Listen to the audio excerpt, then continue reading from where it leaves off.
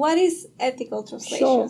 I'm not really sure if I made it up, but I think I may have, because I've not come across a concept of ethical translation until I started talking about it. And it was born out of, I guess, my frustration because I was seeing what was happening, what our competitors were doing on the market, and lots of unethical things like sending the work overseas, not paying translators and stuff like that. So I've started looking at things like supply chains and really how that impacts the quality, not just of your translation, but of the industry. So this entire concept came about because I thought, okay, well, let's talk about it. Let's just see, what's out there, and you can compare it to clothes or ethical food. There's all kinds of things you can look at where people have made improvements, even though at the beginning it seemed difficult. The other thing with ethical translations, of course, is that I believe that the work should come to Australian translators. And we were, I was just seeing stuff that wasn't right. So yeah, that's how it came about. And why is it so important to work with ethical language services? It's important because I see a lot of waste in our industry. So I see that people translate things for the sake of translating, or ticking off boxes, or really just going for the cheapest provider. And it has an impact on the industry, on people, and also at the person that's at the end, the receiving end of the translation. So if the translation is not done ethically, it's like with food or clothes. Yes, you can wear it. Yes, you can eat it. But do you want to? Yeah. So when we talk to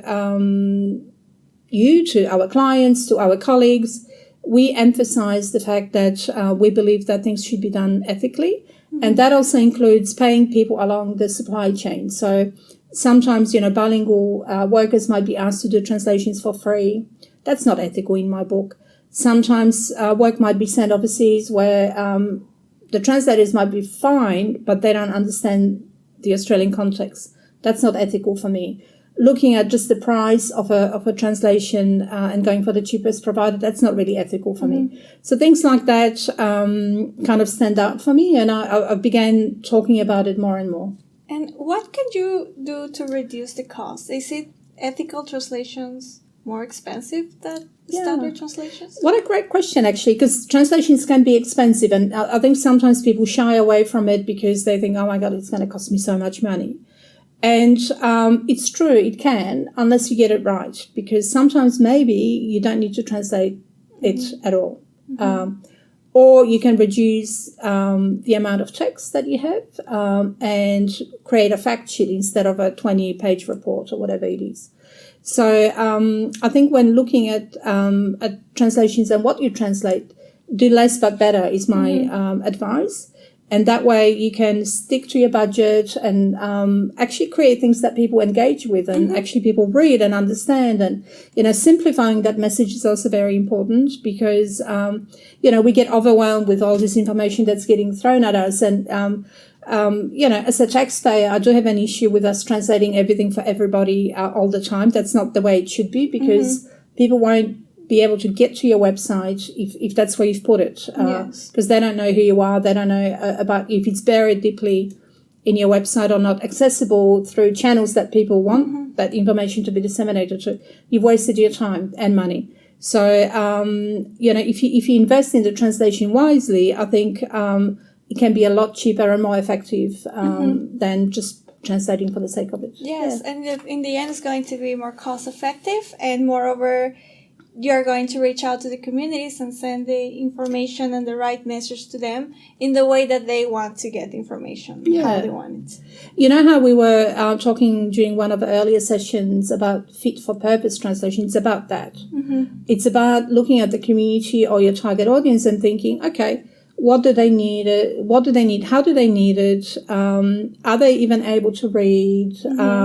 Is it better to create an audio file? How do we look at the community and in each individual within it in a way that really resonates, right? So whenever we develop stuff, it should really aim to be palatable, or that they should be able to access that information easily.